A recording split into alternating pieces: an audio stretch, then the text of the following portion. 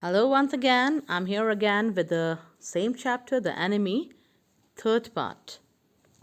The story is quite interesting and needs time to be explained. Sadao and the boy exchanged glances, and then the boy closed his eyes and turned his face towards the wall. He said okay in a low voice as he felt bitter by Sadao's words. Outside the door, Hannah was waiting for Sadao. He saw that she was in some sort of trouble. Hannah said to Sadao that Yumi told her that the servants would not stay with them if the American men lived there any longer. She also said that Sadao and Hannah had been in America for such a long time that they had forgotten their country's priority. Yumi and the servants thought that Hannah and Sadao liked Americans. Sadao reacted harshly and said that this was not true. He said that the Americans were their enemies. He had been trained in such a way that he would not let a man die and would help to save him in whichever way he could. That was what Sadao had done. Hannah said that the servants could not understand Sadao's predicament.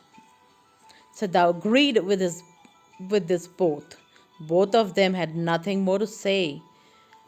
The course of the house continued, but the servants were vigilant. They were polite but unfriendly towards their masters. One morning, the old gardener said that it was obvious that the master should have done. The old gardener had worked with flowers all his life and specialized in moss. He had been employed by Sadao's father. The gardener had made one of the best moss gardens in Japan for Sadao's father. He would sweep the bright green colored carpet of the moss clean so that the sharp leaves of pine tree could not spoil the soft velvety surface. He plucked a flower bud from the bush as he said that his master's son. Sadao knew very well what he was supposed to do. He added that when the man was almost dead, he should have left him to bleed to death. The cook said disrespectfully that their master was so proud of his skills at saving lives that he did not bother whose life he was saving. She cut the neck of a hen skillfully and held the bird as it shivered. She let the blood of the hen flow into the restored plant. The old gardener had instructed her that the blood was the best fertilizer for the plants, and he did not allow her to waste a single drop of it. Yumi was worried about the fate of Sadao and Hannah's children. She wondered that when they grew up, they would be labeled as the children of traders, as Sadao was helping an American. All the people of Japan would consider him to be an enemy of Japan, a traitor of his country. As Hannah stood in the veranda arranging the flowers, the servants discussed the matter in her presence as they wanted her to know their views about the matter. Hannah also felt that the servants were right, but she had some feelings for the injured man, which she could also not analyze. She did not like the prisoner, neither was she attached towards him. The day before, the injured man told her that his name was Tom. Hannah did not like him at that moment also. She had reacted by bowing her head mildly. She saw that that reaction hurt the injured man, but she did not want to reduce his hurt that she had caused to him because the injured man was a great trouble to her. His presence was a threat to Hannah and Sadao. Sadao was performing his role perfectly. He would examine the wound every day. One morning, the last switches were removed from the injured man's stitches, were removed from the injured man's body, and he would be as well as ever in the next 15 days. In the meantime, Sadao went to his office and wrote a letter to the chief of the police to report the entire matter to him. Sadao started his report and he wrote that on the 21st of February, an escaped prisoner was washed up on the shore in front of his house. Sadao had just typed this much of the report. He opened the drawer of his desk and kept this unfinished report in it. On the seventh day after that, two things happened. The servants of the house left in the morning. They had tied their belongings in huge pieces of cloth. When Hannah got up in the morning, she saw that the work had not been done, the house was dirty, and the food had not been cooked. She realized that the servants were up to something. She was shocked and horrified when she came to know that the servants were leaving. Hannah did not show her feelings to the servants. Instead, she remained calm and maintained her grace as the lady of the house. She paid the servants and thanked them for their services. As the servants had been working there for many years, they were crying, but Hannah did not cry. The cook and the gardener were very old employees. They had been employed by Sadav's father and had served Sadav since his childhood. Yumi was crying because she would miss the children. She was so sad that she ran up to Hannah after she had left. Yumi said to Hannah that if the baby missed her at night, she could call her. She further added that she was going to her own house and Hannah knew where her house was. Hannah smiled and thanked her for the offer, but to herself she said that in case the baby cried, she would not call for Yumi.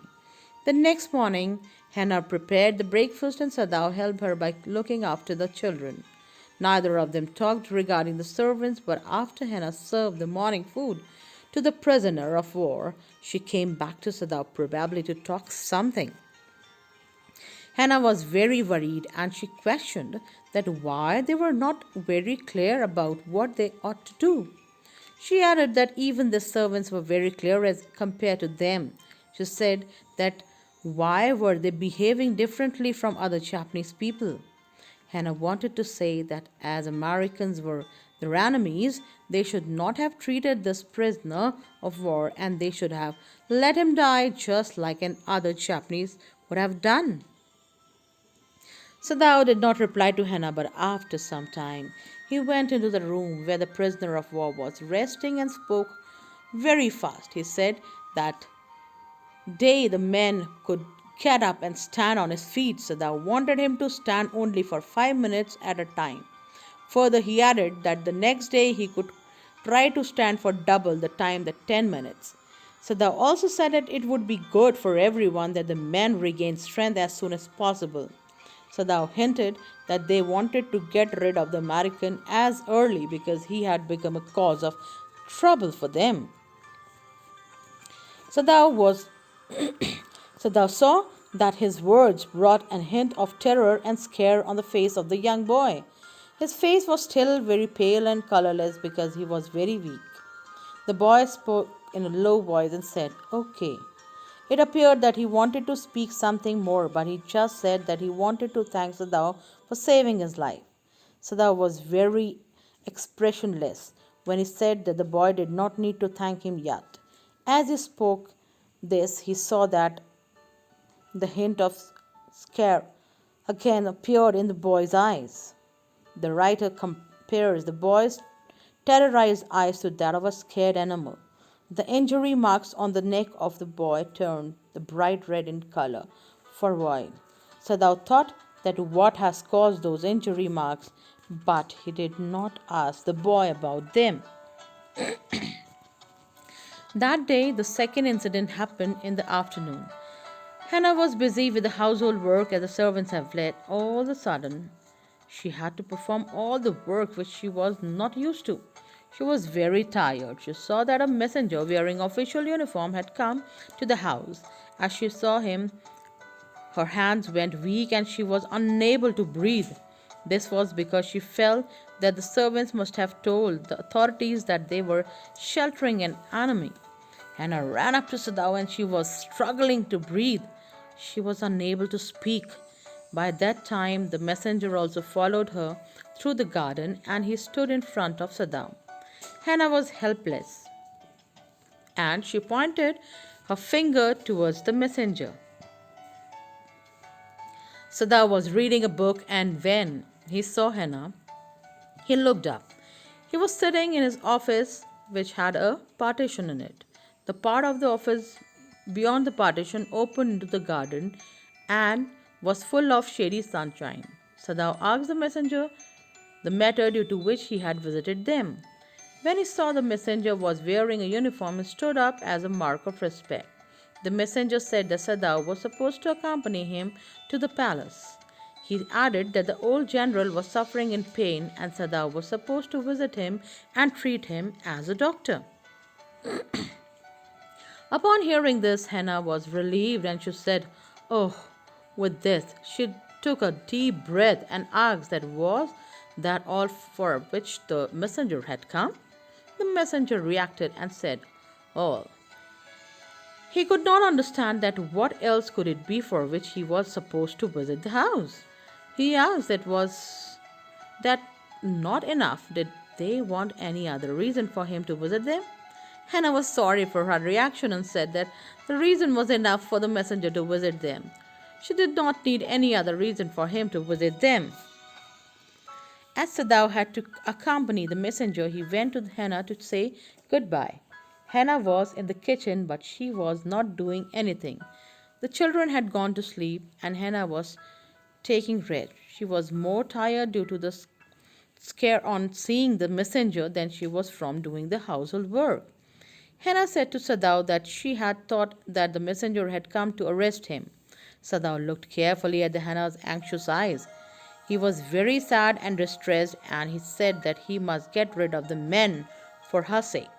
He added that he had to get rid of the men by any means. Sadao went along with the messenger to visit the general.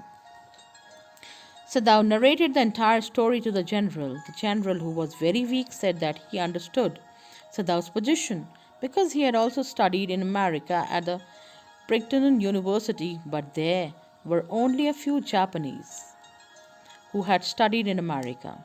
Sadao replied to the general that he did not care for the American men, but as he had operated upon him successfully, the general interrupted him and said, "Yes, yes, he felt that Sadao was a necessary part of his life, as Sadao had been successful in operating on the men. The general felt that Sadao was very skilled. The general asked that, did Sadao think that the general had any chance of surviving another heart attack as the one he had that day? Sadao replied that in this opinion the general could not survive more than one such heart attack. The general said then, in that case, he could not allow anything to happen to Sadao. He wanted to say that he needed Sadao and so he would protect him. The general's long, weak yellow face became expressionless because he was thinking about Sadao being arrested. He became serious, closed his eyes at the thought of Sadao being arrested, and said that Sadao could not be arrested. Further, he added that if Sadao was sentenced to death and he needed an operation the next day, then who would operate upon him? So the general wanted to say that he needed Sadao and so he would protect him and he would not let anything happen to him. Sadao suggested to the general that there were many other surgeons in Japan. The general replied that he did not trust anyone else other than Sadao. He added that the best surgeons had been trained by the Germans and for them the operation would be successful even if the general died. He did not care for their point of view. The general added that the Japanese could not combine the harsh nature of the Germans with the emotional nature of the Americans.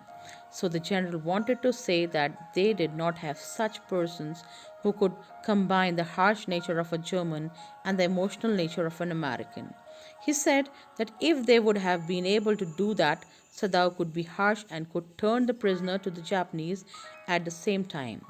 Be emotional and not murder the general during the operation. With this, the general laughed. The writer says that the general had a strange sense of humor. He was very witty. Then he asked Sadao that being Japanese, could he not combine these two foreign elements? So the foreign elements to which general is referring is the harsh nature of a German and the emotional nature of an American. Sadao smiled at the general's question and said that he was not quite sure about it, but for his betterment, he was willing to try it out. The general shook his head as he did not want to be such a person on whom a new trial would be made. Suddenly, the journal felt weak and emotional as he was reminded of the problems he had faced throughout his life while fulfilling his duties and responsibilities in various wars won by Japan. The general was irritated and said that the happening of the injured man as reaching his house was an unfortunate one. Sadao agreed with him. The general said that the best solution was to kill the man quietly. He added that he would not be killed by Sadao but by his hired killers. He would send two killers to Sadao's house that night or any night.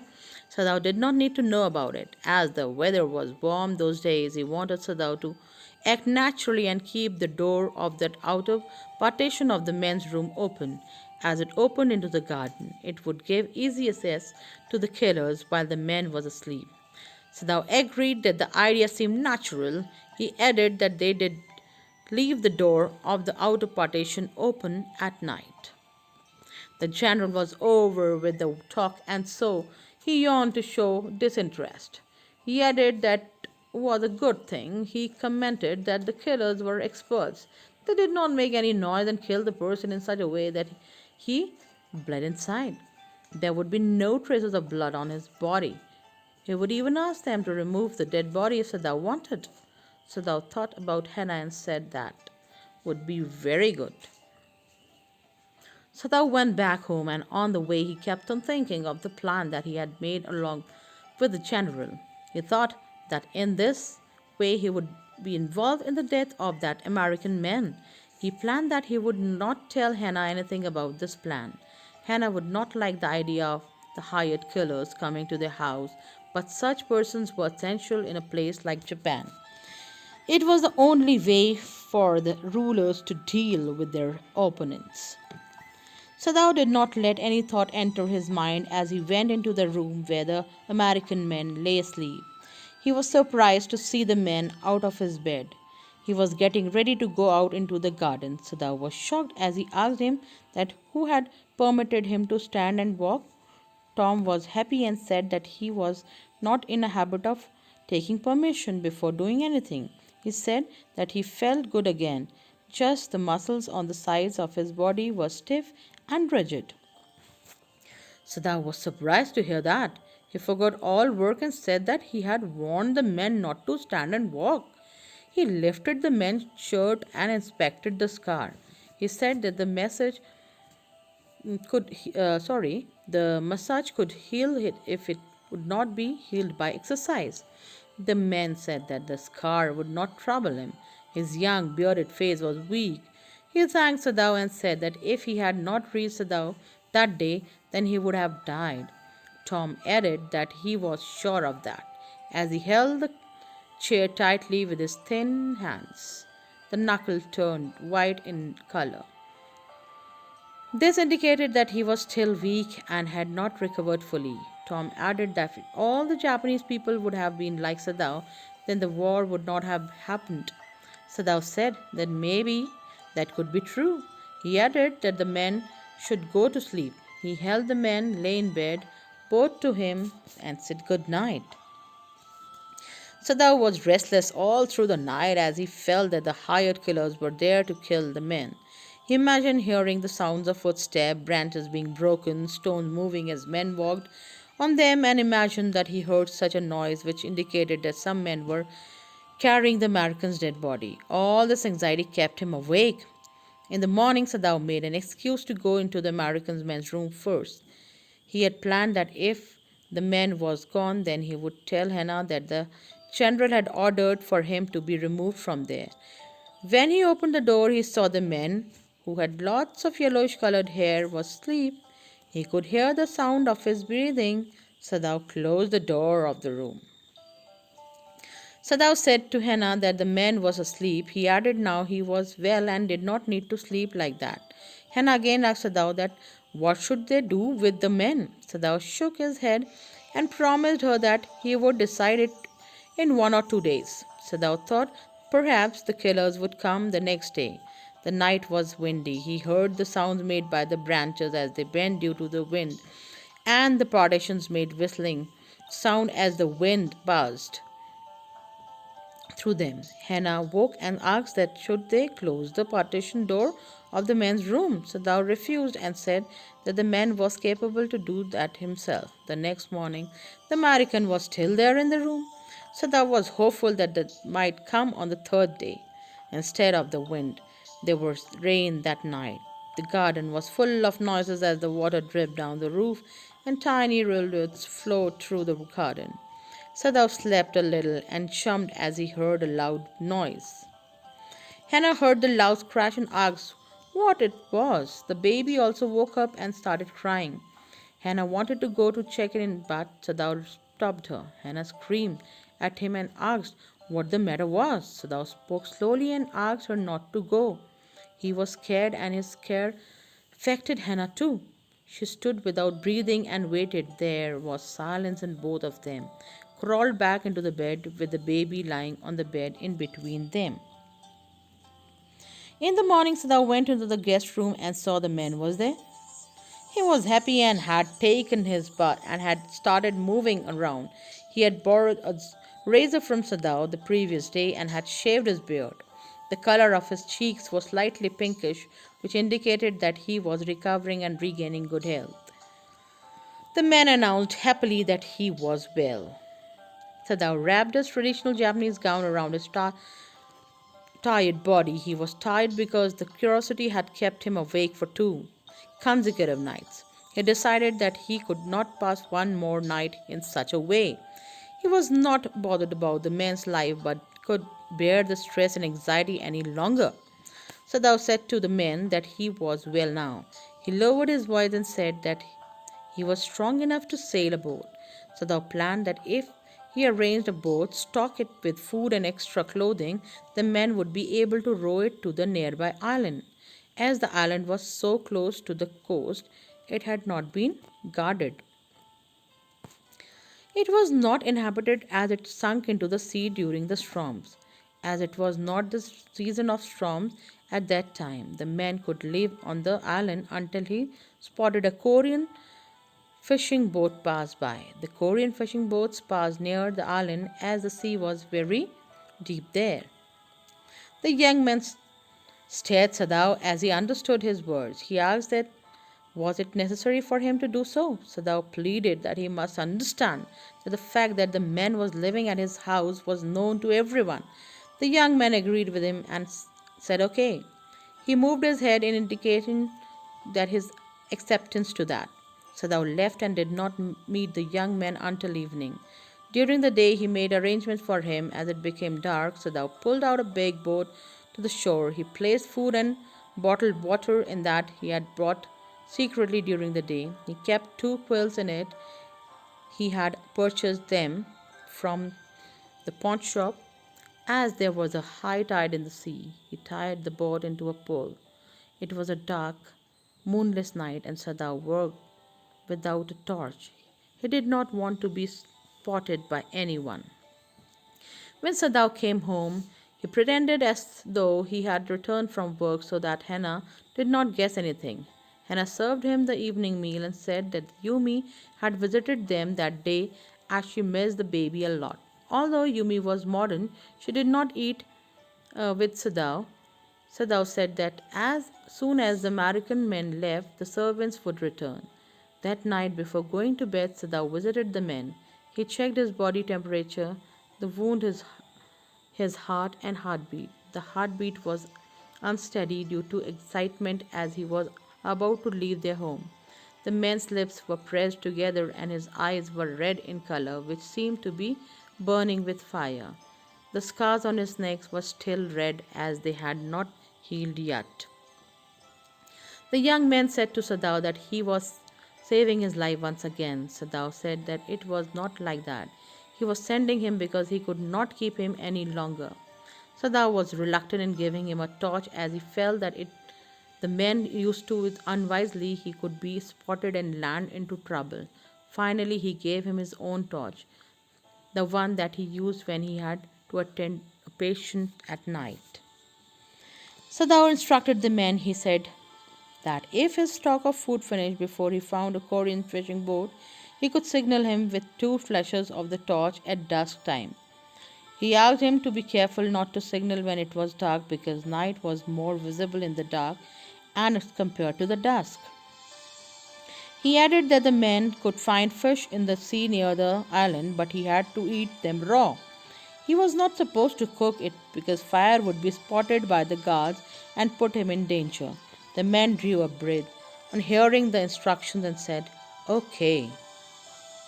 The man wore the traditional Japanese dress that Sadao gave him to wear. Finally, Sadao wrapped a black cloth around his head to hide his golden colored hair. The American man shook hands with Sadao as he walked away towards the boat. He used the torch twice to find his way, but the guards would not doubt that. Sadao waited till he saw the torchlight once more as the men boarded the boat. Sadao closed the door of the partition and slept well that night, as he had finally got rid of that man. A week ago, the general had been operated upon an emergency in which Sadao took part. Sadao informed him that the man escaped. The general was weak as he was recovering from the operation. 12 hours after the operation, his condition was critical, and Sadao was not sure that he would survive. They had operated upon his gallbladder. The general was an old man after the operation. Gradually, he started eating food and breathed deeply. Sadao did not have the courage to ask him what happened to the professional killers that he had promised to send him to kill the American men. Sadao knew that the killers did not turn up ever. At Sadao's home, things turned to normal. The servants returned. Yumi used sulfur to disinfect the room used by American men. The servants did not speak anything. The gardener was annoyed because he had got late to plant the chrysanthemum flowers due to this incident. After 1 week, Sadao felt that the general was well enough that he could discuss the men with him. Sadao said that the men had escaped. Sadao coughed up, indicating that Sadao had not told him everything as he did not want to disturb him. The general was reminded of his promise to send the professional killers, and he opened his eyes suddenly when he heard about the American men. The general was reminded of his promise and asked Sadao that had he not promised him to get that man killed by his personal professional killers? Sadao replied that he had promised him. The general was surprised and said that as he was suffering due to bad health, he had forgotten all about the promise that he had made. Sadao spoke softly that he wondered that the general had forgotten his promise. The general felt sorry that he had been careless. He added that it was neither that he did not love Japan nor that he was shrinking from his duty. He looked at Sadao with curiosity as he sought support from him. He wondered that Sadao understood his problems. Sadao said that he understood the general's position well. He understood that the general was in his own control as a result. Sadao was safe. Sadao said that he could swear upon the general's loyalty towards Japan and his enthusiasm to fight the enemy. The general was relaxed and said that Sadao was a good man. He closed his eyes and said that Sadao would be rewarded for his goodness. Sadao got his reward when, at dusk, he looked towards the island and saw no trace of torchlight. This meant that the American men had found a Korean fishing boat and had gone with it safely back home. Sadao did not doubt this as he had instructed the men to wait for a Korean fishing boat. Sadao stood in the veranda and recollected the past events. He looked at the sea from where the men had come that night. He had flashbacks of all the Americans he had met in his life. The dull professor, whose house he had met Hannah, his silly, talkative wife, who was very kind. He remembered his teacher of anatomy, who had taught them to cut open the body with a knife. Then he remembered the fat, untidy landlady. Being a Japanese, he had found an accommodation in America with great difficulty. He hated living there, knowing that the Japanese were superior to the Americans and still being treated like inferiors. Sadao disliked the dirty old woman who finally agreed to let him live in her home, which was in a bad condition. Sadao tried to be thankful to her because she had taken care of him when he was struck by influenza during the last year of his stay in America. It was difficult for Sadao to be thankful to her as he hated her enough, though she was kind to him. Sadao hated her so much that his kindness also did not make him like her. Finally, Sadao remembered the weak face of American prisoner. It was white in color and was terrible. Sadao felt that it was strange that he could not kill his enemy. And now, after this long chapter, you have the summary of the chapter to be read. Thank you very much, everyone, for watching and listening. Bye bye.